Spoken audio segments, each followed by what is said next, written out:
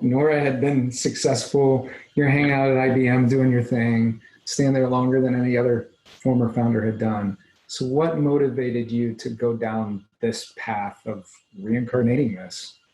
Well, and we started in 2009. I went to my boss at IBM, who was probably running a $3 billion unit of the business. And I said, you know what, for $50 million, I've already built my team and I have built 5 entity resolution engines ground up. And we've seen it play out now in so many domains, in humanitarian issues, in national security issues, in financial services. And if I start over and with a budget of 50 mil, I can create the first real-time AI, special real-time machine learning to do entity resolution where it doesn't need any tuning, any training, or any experts. It'll run out of the box on US data, Singaporean data, data from India, Mandarin, and so on. It'll have privacy features. It'll be geospatially aware. It'll blah, blah, blah, 50 mil. And they went, whew, can you start with 5 people? And we did. And in 2012, we started in 2009. In 2012, we started shipping it commercially. And then 2016 came around, and I just realized, I spent all of my life until working for IBM, working for myself. And I just realized that if I could run the company outside of it and be more agile, mm-hmm.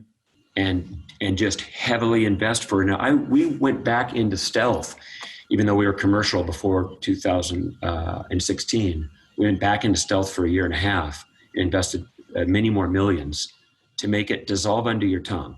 If you're a developer, you don't even have to chew. Yeah, there you go. Hey, what's that? I go, hey, that's entity resolution. What do I do with it? Wait, do I have to chew? You're like, is it that hard? Nope. Right. This dissolve under your tongue. On that note, I got to tell you, on my monthly team calls, I tell my team, what makes Senzing amazing is the following. And this is our North Star, is no one calls, everyone loves us. Yeah. And we're not perfectly there yet, but we're there 80% of the time. Like, it's startling how many people just download it and use it and never call. That's great. That's great that they're getting that kind of experience. Thanks for sharing that. I appreciate it. Obviously, this is a platform for data leaders, right? I mean, and the reason that we're talking today is just to sort of further that dialogue with all data leaders. So I'm going to take that ER concept and I'm going to pivot into a question. What advice would you give a data leader who is looking to improve in the ER space right now? Well, here's the thing: is in every organization, there's many places where entity resolution is a key component. Now, a lot of time it lives inside of other products. If you have a KYC product, there'll be some kind of entity matching in there. If you have an anti-money laundering, transaction monitoring, or a transaction monitoring product, you'll have entity resolution will be living inside of there, or patient health or record matching, and so on. But some organizations also have their own homegrown systems. And the place for Senzing is there's a couple places, but one is you want real time, not batch. The other one is you want to higher accuracy and get rid of false positives. But the real thing that's motivating people today is cost takeout. Just because of COVID, there's so much top line revenue pressure. If you're not Zoom and not Twilio, and some of these companies are just taking off, but for everybody else, there's top line revenue pressure. And when you can take entity resolution and no longer have to have a whole team around it and run a bespoke system, and you can move it to the cloud. I'll give you an example. Since 2012, we have a customer in production. It's a nonprofit. It's called ericstates.org. They are modernizing voter registration in America. They have 30 states. They run 2/3 of the country's voter registration. And until recently, their entire IT department, including running the interfaces between 30 states and entity resolution on 4 or 5 terabytes of data, has been one person. This is unheard of in terms of efficiency. And so the ROI is definitely under 9 months, and in some cases weeks. And that's the motivation, is just get something real time, be more competitive, and take a lot of cost out like that. And the other funny thing about the business is the number of times a year I meet people in the entity resolution space that look at me and go, I just want you to know, I've been working on this my whole life. I am the very best at it in the whole world. Like the number, I don't say that about myself. It's all I do. But the number of times I hear that a year. And so you go to these companies where somebody has been toiling over it for 10 years. What happens for an enterprise, for the chief data officer, is you end up kind of held hostage to the team of 6. Yeah. And they're the only ones that know how to run it. And it's still running in COBOL, or it's running in some batch mode. It runs for hours every night. It's up to 23 hours a day it runs. So you're fretting when it goes over 24. And there's just no need for that anymore. Yeah, that's awesome. So Jeff, I would love to get your perspective on the role of a chief data officer in today's organization.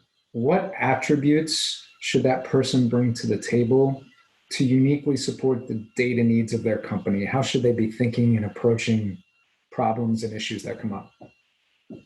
I think sometimes when somebody in the organization has a data issue or a problem they want solved, sometimes you go and solve that problem. But I think when you can look at that problem and say, well, what kind of general problem is that? Think about it more at an abstract level, and then say, how can I solve that problem in a way where it can become a service across the enterprise?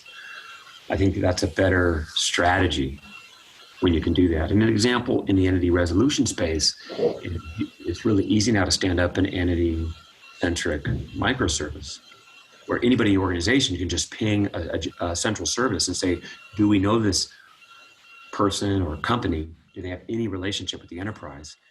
And do that as an enterprise-wide service. Mm-hmm. Makes sense. Have you seen that role, the CDO, from your experience and the interaction that you get with those folks? Have you seen that role increase in stature in organizations and the involvement they have in sort of business strategy and execution of that strategy, et cetera? I'll tell you, my sense is it's not given as much weight or importance as it should. Because you can really harness, if you look across an organization, you look at all of its holdings. Mm-hmm. In fact, I think about it sometimes like puzzle pieces, like this system has the yellow puzzle pieces, this system has the blue, this one has the magenta, that one the brown. That's the net sum of the organization's observations. And it's the chief data officer's role to know where it is, but not only know where it is, what it is, and assure its management, but to understand how it relates to each other. It's like bringing puzzle pieces together to form a picture.